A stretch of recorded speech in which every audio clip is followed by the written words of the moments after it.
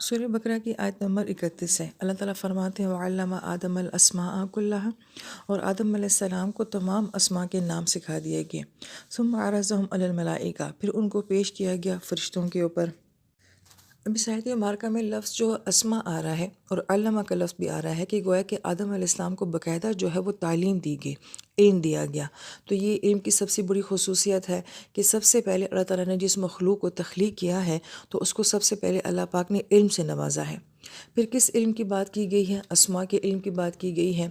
اسما کا لفظ جو ہے یہ اسم کی جمع ہے، اور اسم جو ہے یہ وسمن سے ہے، اور وسمن کا مطلب ہوتا ہے نشانی، علامت۔ کوئی خوبصورت نشانی یا علامت اس کو بھی وسم کہا جاتا ہے۔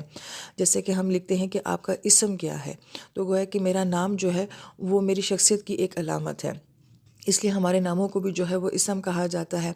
پھر یہی لفظ جو ہے یہ کسی چیز کی وضاحت کے لیے، تفصیل کے لیے بھی آتا ہے، بیان کرنے کے لیے بھی یہ لفظ آتا ہے۔ اب یہاں پہ پہلی بات جو مفسرین کرام یہ فرماتے ہیں کہ اسم کو بیان کیا گیا ہے کہ آدم علیہ السلام کو اسم کا علم دیا گیا تھا، لہٰذا آج ہم جب بھی کوئی زبان سیکھتے ہیں تو اس زبان کی جو بناوٹ ہے وہ اسم، فعل اور حرف کے اوپر ہی ہوتی ہے۔ کوئی بھی زبان ہم سیکھیں گے تو اس زبان کا ہمیں اسم اور فعل اور حرف کو جاننا ہوگا، اور جو فعل اور حرف ہوتے ہیں وہ بھی کس سے بنے ہوتے ہیں؟ اسم سے بنے ہوتے ہیں۔ لہٰذا اسم جو ہے وہ سب سے اہم جز ہوتا ہے کسی بھی زبان کو سیکھنے کا۔ لہٰذا یہاں اس آیت مبارکہ میں یہ کہا جا رہا ہے کہ جو آدم علیہ السلام ہے جنہیں کل علم دیا گیا تھا، کل زبانیں جنہیں دی گئی تھیں، تو اس کی ابتدا بھی کس سے کی گئی ہے؟ اسم کے ساتھ کی گئی ہے۔ لہٰذا آج کا ماہر لغت بھی یہی بات کہتا ہے کہ کسی بھی زبان کے لیے اسم کا جاننا بہت ضروری ہوتا ہے، اور یہی قرآن کی آیت بھی کہہ رہی ہے کہ سب سے پہلے ہم نے آدم علیہ السلام کو اسم کا علم دیا تھا۔ پھر اس کے بعد یہ لفظ جمع میں آ رہا ہے، اور اس کے ساتھ کلھا بھی آ رہا ہے، اور ہا کی ضمیر جو ہوتی ہے وہ غیر ذوی العقول کے لیے ہوتی ہے، جن میں عقل نہیں ہوتی، بے جان چیزوں کے لیے آتا ہے۔ تو اس سے ایک بات مفسرین کرام یہ فرماتے ہیں کہ آدم علیہ السلام کو ہر طرح کا علم جو اس دنیا میں آنا تھا، ایون وہ مادی علم بھی تھا، وہ بھی جو ہے وہ آدم علیہ السلام کو دے دیا گیا تھا۔ ہم دنیا میں یہ دیکھتے ہیں کہ مختلف قسم کی فیلڈز ہوتی ہیں، ڈپارٹمنٹ ہوتے ہیں، تو ہر ایک کی اپنی کوئی خاص اصطلاحات ہوتی ہیں۔ مثلا میڈیکل ہے، اس کے اپنے کچھ خاص الفاظ ہوتے ہیں، اصطلاحات ہوتی ہیں۔ انجینئرنگ میں کچھ ان کے اپنے خاص الفاظ اور اصطلاحات ہوتی ہیں۔ اسی طریقے سے ہر شعبے کی بات لے لیں، لیکن چونکہ یہاں پہ کلھا آ رہا ہے تو اس کا مطلب ہے کہ دنیا میں جتنے بھی علوم آنے تھے قیامت تک، ان سب کے جو بیسک تھی وہ آدم علیہ السلام کو سکھا دی گئی تھی۔ یہی وجہ ہے کہ بعض اہل علم یہ کہتے ہیں کہ دنیا میں جتنی بھی زبانیں ہیں وہ کسی نہ کسی نبی کے تھرو آئی ہیں۔ دنیا میں جتنا بھی علم ہے وہ کسی نہ کسی نبی کے تھرو آیا ہے، اور ان سب کا جو ماخذ ہے وہ کون ہے؟ وہ آدم علیہ السلام ہے۔ تو کلھا سے مطلب یہ ہے کہ دنیا میں جو بھی علم ہے، جو بھی زبانیں ہیں، جو بھی فنون ہیں، وہ سب علم جو ہے وہ آدم علیہ السلام کو دے دیا گیا تھا۔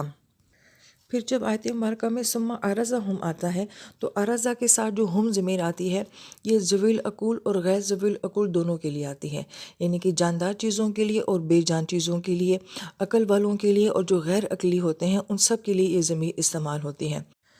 لہٰذا جہاں ہمیں ہا ضمیر سے یہ بات سمجھ آتی ہے کہ ہر طرح کا مادی علم جو ہے وہ آدم علیہ السلام کو دیا گیا تھا، مگر ہم ضمیر سے ہمیں یہ بات سمجھ آتی ہے کہ آدم علیہ السلام کو صرف نام نہیں بتائے گئے تھے بلکہ چیزوں کی صفات بھی بتائی گئی تھیں۔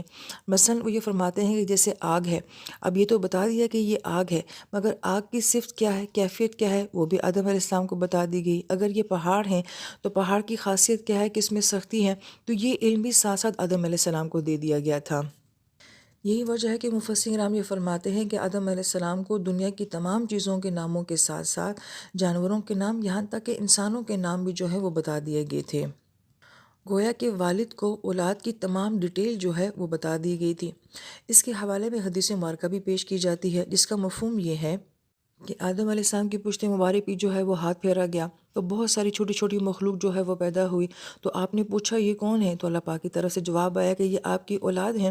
واللہ عالم، بعض اہل علم یہ کہتے ہیں کہ آپ کو آپ کی ایک ایک اولاد کے بارے میں خبر دی گئی تھی، یہی وجہ ہے کہ ان میں سے آپ نے اپنی ایک اولاد کے بارے میں پوچھا کہ یہ کون ہے، تو اللہ پاک نے فرمایا تھا کہ یہ داؤد علیہ السلام ہے، تو آدم علیہ السلام نے فرمایا تھا کہ انہیں میری عمر سے بھی جو ہے وہ 40 سال دے دیا جائے۔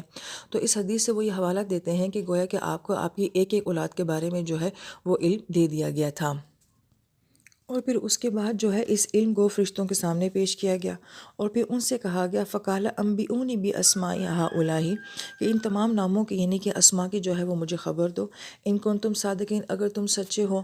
تو فرشتوں کے پاس عبادات تو ہیں، تسبیحات تو ہیں، مگر فرشتوں کے پاس علم نہیں ہے۔ اب اگر اس آیت مبارکہ کو پچھلی آیت مبارکہ کے ساتھ دیکھا جائے تو فرشتوں نے کیا کہا تھا؟ ہم تسبیح بھی کرتے ہیں، ہم تحمید بھی کرتے ہیں، ہم نقدس و ہم تقدیس بھی بیان کرتے ہیں، مگر انہوں نے اپنی تسبیح اور تحلیل کا ذکر تو کیا مگر علم کا ذکر نہیں کیا تھا۔ اور جبکہ اس آیت مبارکہ کا جو آغاز ہو رہا ہے آدم علیہ السلام کے ساتھ، تو آدم علیہ السلام کے ساتھ یہ تمام باتیں تو ذکر نہیں ہیں مگر علم کا ذکر کیا گیا ہے۔ لہٰذا اس مخلوق کی خاصیت کیا تھی کہ اسے علم دیا گیا ہے۔